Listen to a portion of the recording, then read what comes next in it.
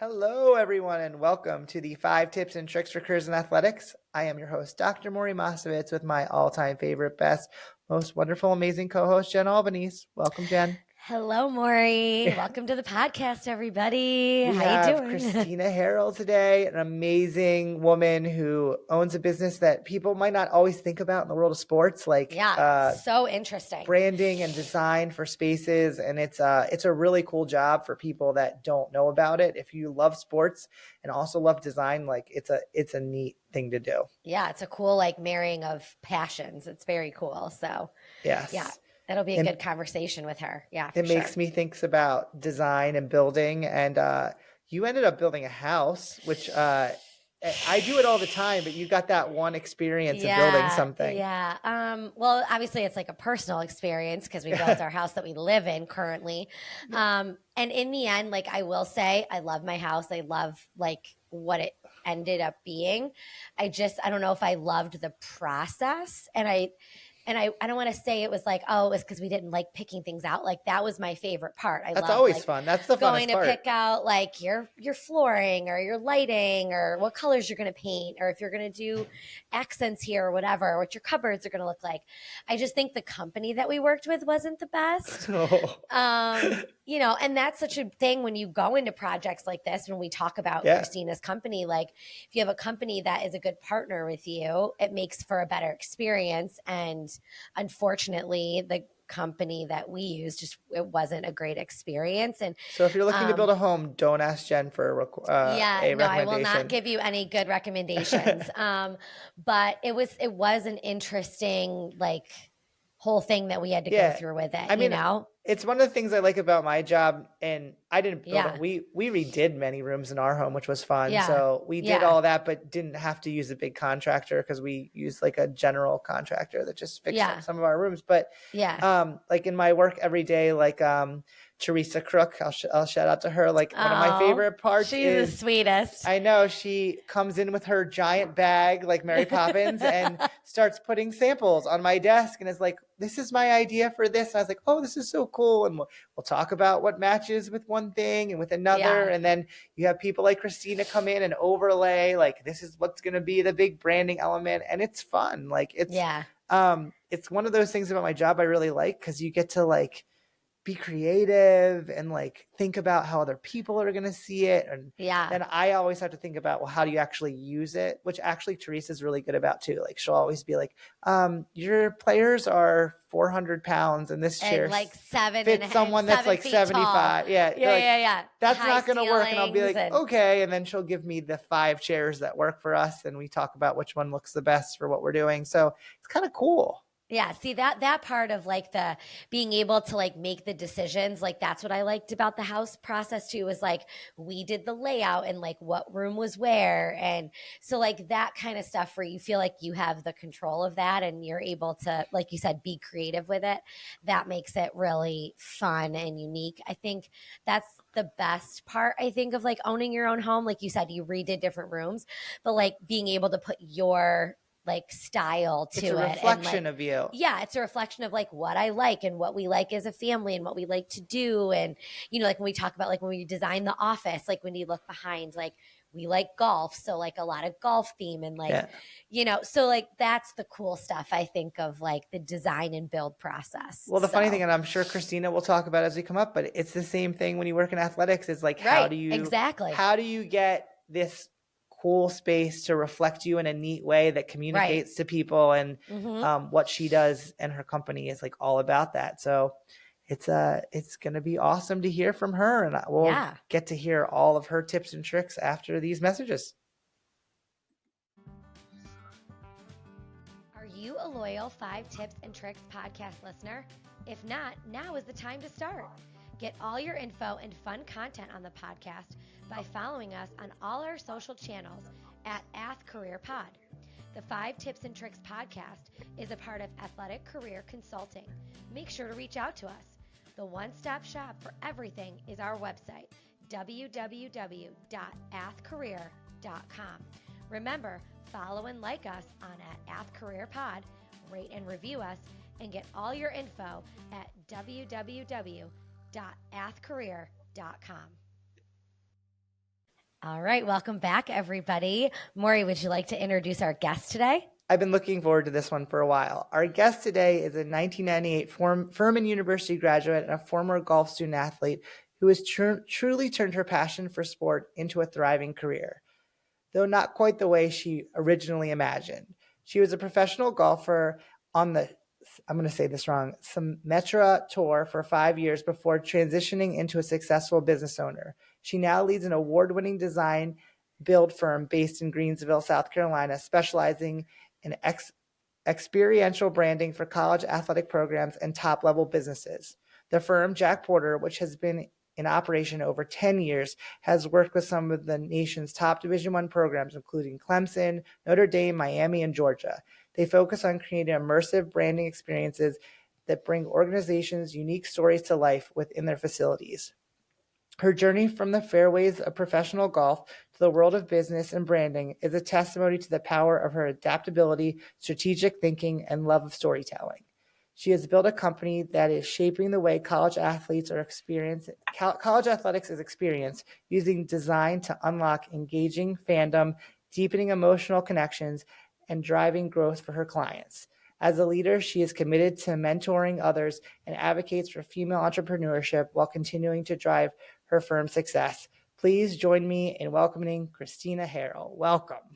Thanks, Maury. Hi, I Christina. messed up on that a little bit. I tried really hard. You got a lot going on, so I got to make sure I get it all in. You're big time. That's what it is. It's your big time. So I appreciate you guys having me. Well, yeah, this is great. Again, you were on my list as soon as I knew we were doing this, and I just enjoy working with you and what your company has done. And I think a lot of people who might not know that in athletics, there's this amazing career field that you've kind of built and created, I thought would be great to share with people. Yeah, absolutely. I think a lot of people see the work that we do, like they see the results, but they have no idea how it came to be, right? And they don't know, they don't know that there's a company out there that had to put that together. And Maury, you know firsthand how difficult it is. Yes. And definitely when people look at it, I think it's a lot of things. And Jennifer, you're in marketing, a lot of things, like the end result looks really simple and clear, but like what it took to get to that simple and clear was usually a journey. Yeah, it's amazing. Like they take for granted how this beautiful space that's so dynamic and that like becomes a reality is kind of amazing. Yes. And to some extent that is by design in Right. certain circumstances, right? You just want people to experience the space, be impacted, but not necessarily really be aware. Right. So sometimes it's by design, depending on what it is. Well, with that, let's get started on your first tip. Okay. Well, like I mentioned, I really plan to focus on my tips in the branding and facility world, since that's really where I spend my time. But the first one is I figured we really can't have this conversation unless we talk about what brand is. So I think people get really confused. This may or may not be what's in Webster's definition, but for me, a brand is the sum total of what a person thinks about your brand. So you could think of it as, what makes your brand, what makes your identity unique? What's the first thing that comes to mind when a consumer thinks about you? And it can apply, I would say, also, with everything going on in NIL and RevGen, and it can apply to a person and an organization, right? There's a lot of emphasis now on developing your personal brand, but hopefully that's in alignment, with an organization's brand or sort of under that umbrella. So I think the other thing, just to kind of have that as the base layer, that with everything going on in athletics, I think that the brand, of a university's athletic program was always important, but now it's become gold. Right. That, you've just, there's maybe a feeling that things are sort of pulling at it and trying to water it down. And so it's just so much more important that message be really refined and consistent, and genuine, right? Like people know if it's not genuine.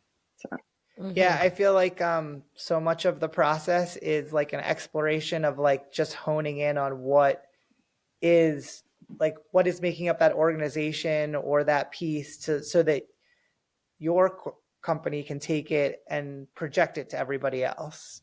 And yes. like a lot of times I kind of found that sometimes we as operators don't even recognize what our own brand might be in some ways, in like a funny way. Yeah. Like we kind of have set things like, this is our colors, this is our logos, this is all our other things. But I've seen through the process and working with you guys before, and we've had these conversations about like drawing out things that connect with people and kind of enhance what is someone's brand. Yes. I mean, I think a lot of times, both people and organizations just sort of lose sight. Well, I think one thing too, like a company like Jack Porter can come in. I remember actually like working with Coach Izzo years ago, and he was so just in his, in Michigan State basketball that he sort of, Jack Porter coming in and enabled this outside perspective of, I was like, well, coach, like, this is how I perceive you. This is how we perceive you. And so, he just didn't see it that way. So it's like this outside perspective of like, well, based on our research, based on what we see, these are the things. And so it's just helpful. It's also helpful for people to challenge like preconceived notions, of what it is, about a brand. And the other thing is like brands, I would say they're not static, they're kind of constantly shifting and moving. And, especially like head coaches can really, shift the culture of a program or, shift the vision of a program. And so, those are interesting things to try to manage. Yeah. So building on that, my second tip. Number two. Look at that transition. Beautiful. Like a beautiful. So sometimes I think people think they can opt out of this, but what I would say is you don't get to opt out. Every space communicates something, whether it's positive, negative, or neutral, but you don't get to stay on the sidelines of this. So, a lot of times when I meet with people, most of the people who come and want to talk to us, it's because there's like a misalignment between their space and the trajectory of their program, right? It's like, it's either in that moment, they're like, well, this just doesn't really reflect who we are anymore, or it doesn't reflect where we're hoping to go. But, I just also like to remind people that, no matter what your budget is, you just need to be thoughtful and purposeful about what you're communicating, which again, to kind of go back to my previous point of, sometimes it's really helpful to have that outside perspective. Like Maury, I'm sure you experience, and probably you too, Jen, like you'll walk past things every day. Now Maury, you're in facilities, right? So you walk past things and probably notice them, but there's just nothing like having a stranger come walk through a space and say, have you looked at that? I mean, it can be the silliest things, right? Like, people's trash and recycling. I'm like, this is the worst. This is the worst trash, or signage. Yeah. I mean, signage, I joke with people. I'm like, nobody cares about signage unless it's not working. Right. So, the moral of the story, I think, is that your space is communicating something about you. And so, whether you have $5 or $500,000, make it be the best reflection of where you're trying to take that program that you can. I have one of my good friends who I played golf with. She's a coach at a smaller school, and she's like, Christina, I painted these lockers, or she's painting it herself. Yeah, right. She's a head coach. And then, or, you know, she's like, you know, can you check this price for me on this local sign shop, you know, where I got these lettering or these, and so she just, again, she doesn't have a lot of money. Her program Right. doesn't have a lot of money, but she's just trying to do, you know, what she can. Right. Yeah. So yeah, that's my number 2 is you don't get to opt out.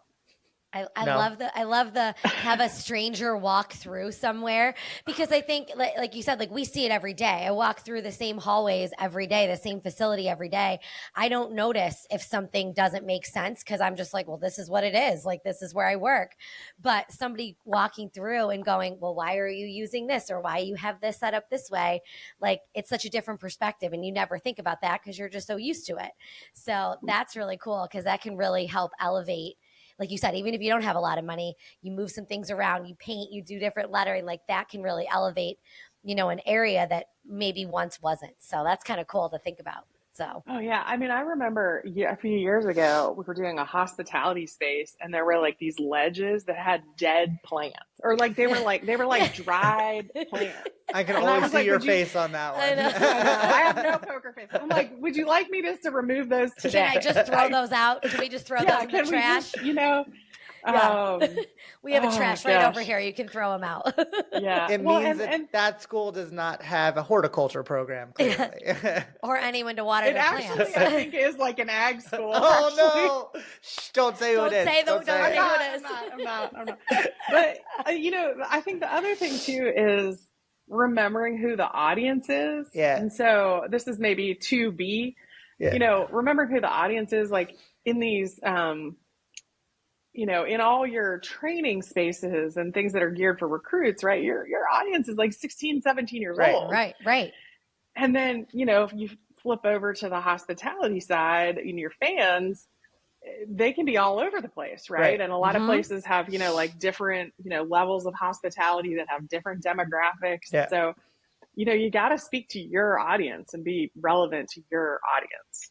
No, I always dead plants won't speak to any no, audience. there's no one speaking. Dead plants are out. I know. I always think it's interesting when like you have someone walk through and they pick up on like a little detail that only like, that's my favorite thing. That's like only like a few of us knew about when we put it in, like, oh, let's do this angle. And they'll be like, your angles are all the same in this hallway. And I'll be like, yes, they are. That is something that we decided to do. But it's certain people, it means something to, and it has a effect on them, whether they realize it or not. And like, that's the more I have been involved with this, the more I realize like, you're right. If you have a blank white space and you walk into it, that says just as much as something that's really well designed and clear, but maybe not in the positive way that you're hoping for. Yeah. For sure. Awesome. All right, you guys ready for number 3? All right, number three. Okay, number 3 spans corporate and athletics. So I think if I were to say, I've been in this industry for over 20 years. And I think that knowing what the core values of the organization that you are either going to work for or play for or coach for. And so those are, what I mean by that is like, these are the things, the values that drive daily behavior and unite a group of people and inform sort of daily decisions and business decisions. So what I would say is when you look for either a spot on a team or a coaching gig or a job, again, within an athletics department, anywhere, see if you can suss out, you know, what are the values that really drive that organization. Yeah. So, but what I would say is that you can't ask, I mean, you can ask, but it's better to ask, to be curious and ask good questions and try to kind of pull those things out. So I give a fun example of, well, I have lots of examples from like my corporate world. But I had a conversation with a 5-star recruit football player, and I was just asking him about his recruiting experience.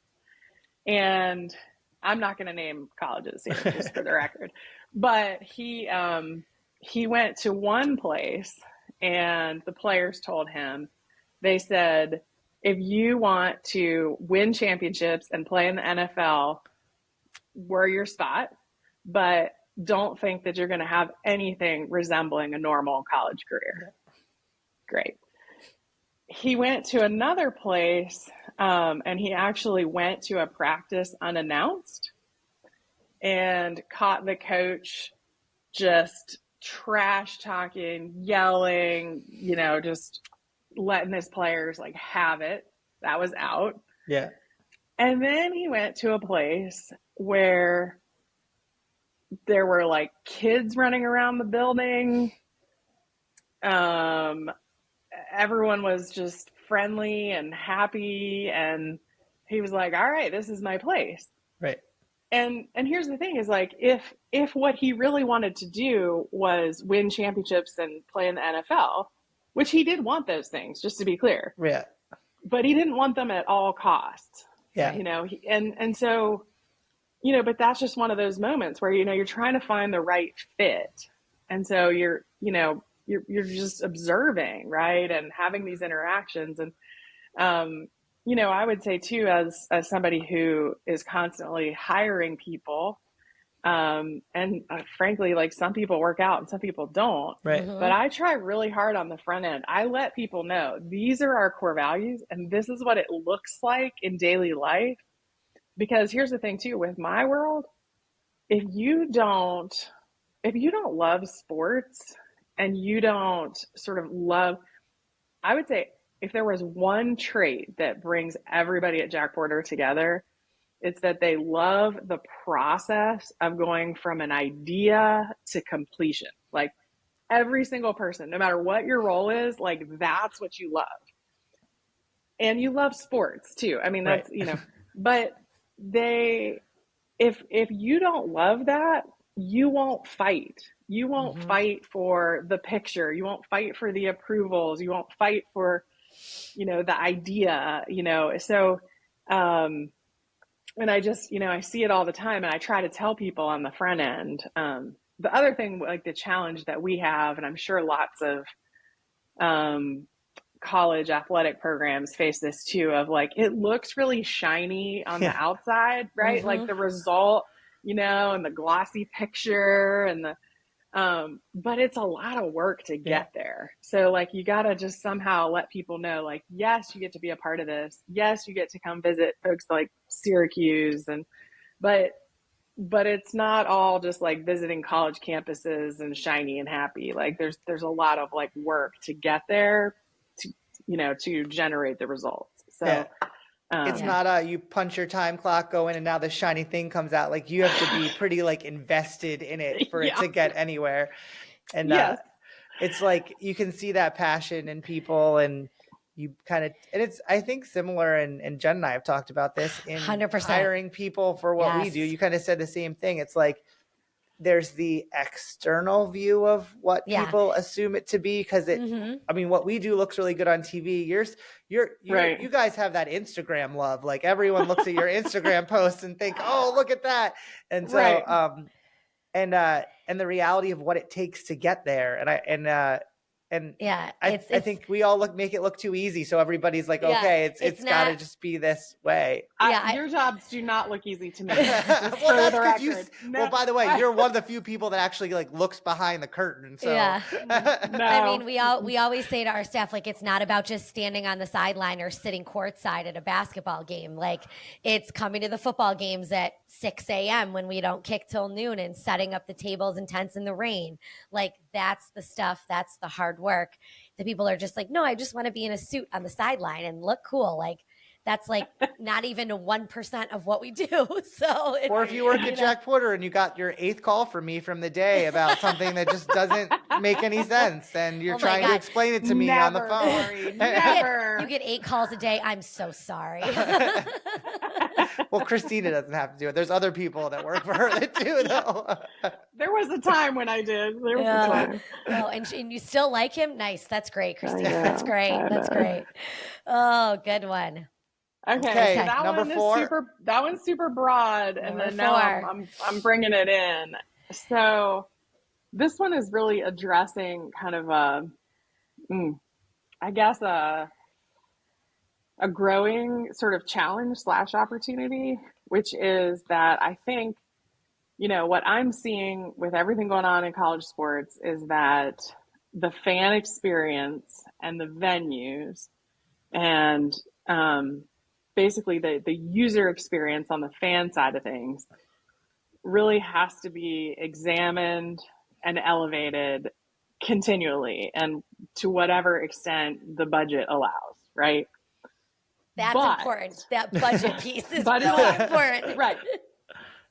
What I would say is what you want to, this kind of goes back to my number one is that, but you want to still try to protect your brand while bringing on those corporate sponsors. And, a good example, actually one of my favorite examples of a project that we've been involved in is our University of Louisville Angels Envy Bourbon Club. So they had this space completely underutilized. We developed, and their idea was, let's turn it into a bourbon bar. Wouldn't make sense in Syracuse. Makes sense in Louisville. Definitely in Louisville makes sense. Right. Yes, And so their idea was, let's design a bourbon bar and then we'll go out and pitch it to different distilleries. And that's what they did. And so then they got a partner in Angels Envy, and we were able to work with, the athletic department and Angels Envy and really develop a design that there's a couple things about the design. And I think it's that if you were to remove Angels Envy tomorrow, which I'm not recommending, but the space still has like a character and a quality that relates back to Louisville's athletic program. Yeah. But the Angels Envy has been like woven in. And so it doesn't feel like, I think what I just want to caution people against is this feeling like we're just slapping logos up everywhere and we're slapping them on the court and we're slapping them on this entry. Like, let's be thoughtful, purposeful. Here's the thing too, of like your fans, like they feel that. They feel when it's a genuine partnership. When so I just want to say, it's like these things are going to happen, right? They've been happening in pro stadiums and venues forever. And it's going to come more and more into the college side. Right. But it just makes it that much more important that you have to protect what's unique about your brand and try to find sponsors that really align with who you are. So there's my soapbox moment.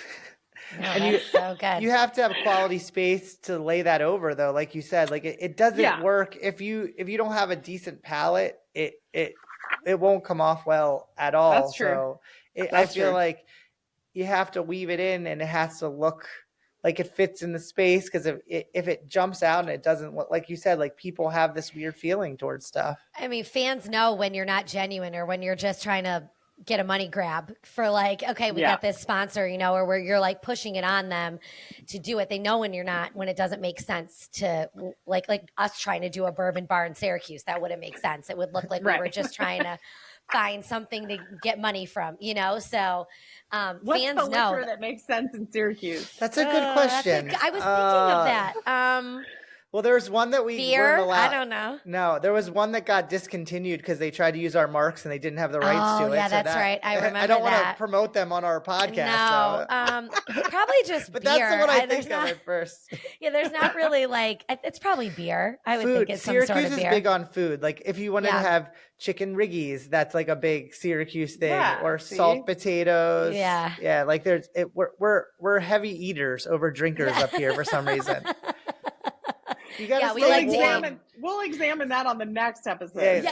Listen, it's cold up here. You have to build a layer of fat around yourself to be able to survive. Yes. Good thing our family owns a restaurant. We're all set. We're good.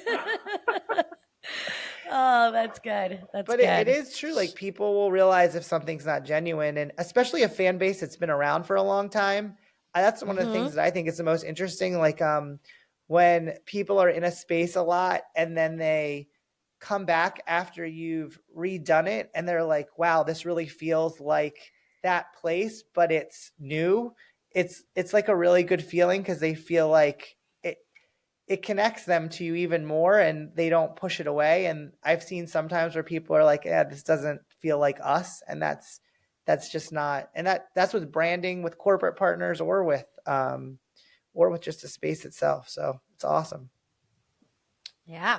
Okay, Jen, last one. All right. So the last one, Christina, what do you know now that you wish you knew then? So what do you know now at this point in your career that you wish you knew when you first started? I think I'm sort of answering the question. This might be controversial. I don't know. I guess I want to say I think that college athletics has always been a business. Yeah. Always. And so, but the business model is changing.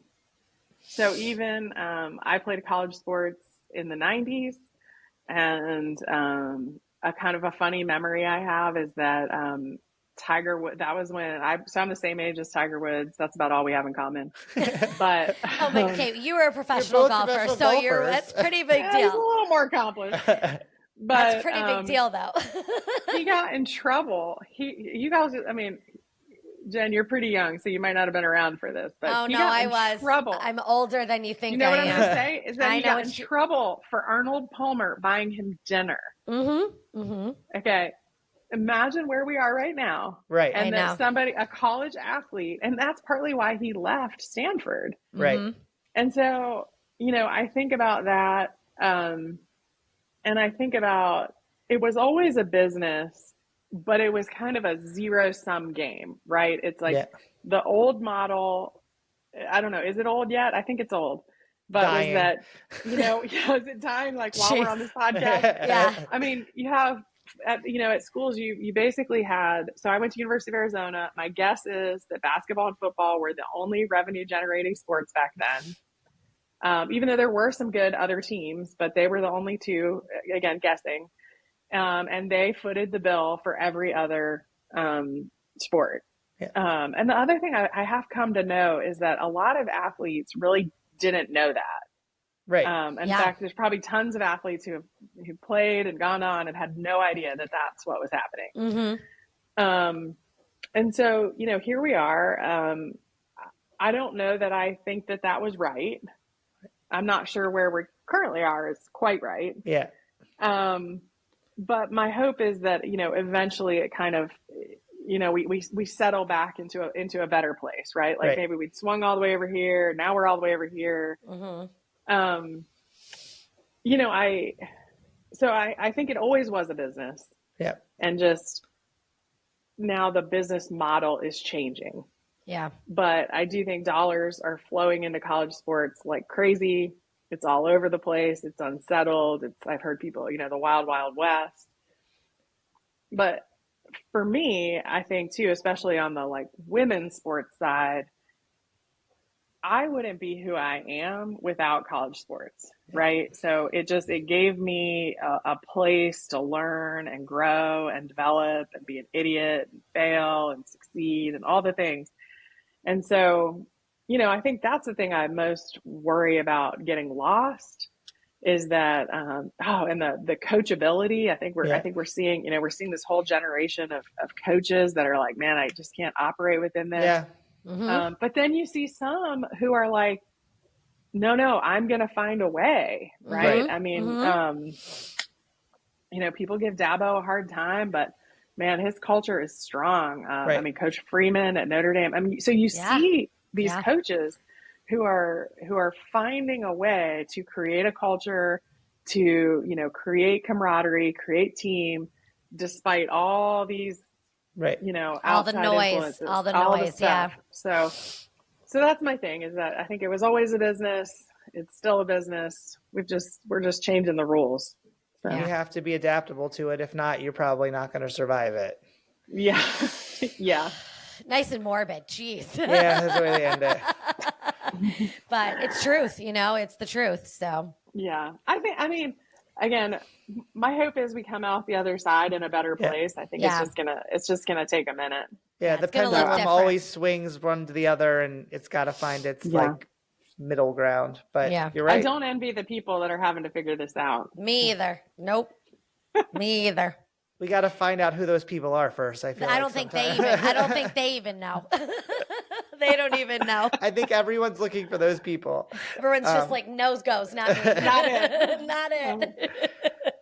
Yeah. Oh, well, this is awesome. Such a good Thank conversation. you so much for joining us. I'm so happy You're that we welcome. got to catch up, and great tips and tricks. And Yes, I learned so much. This was great. This was so interesting. So thank you. For anyone that Thank you. haven't seen Jack Porter's work, check out your socials, and you guys have done awesome Yeah. stuff. They have really cool stuff if you haven't seen it before. So please check that out for them. Very and thanks cool. everyone Thank for you. joining us for the podcast. Yes, and make sure to follow us on all of our socials as well at Ath Career Pod, and like us on all your social and podcast platforms. So thanks for listening, everybody.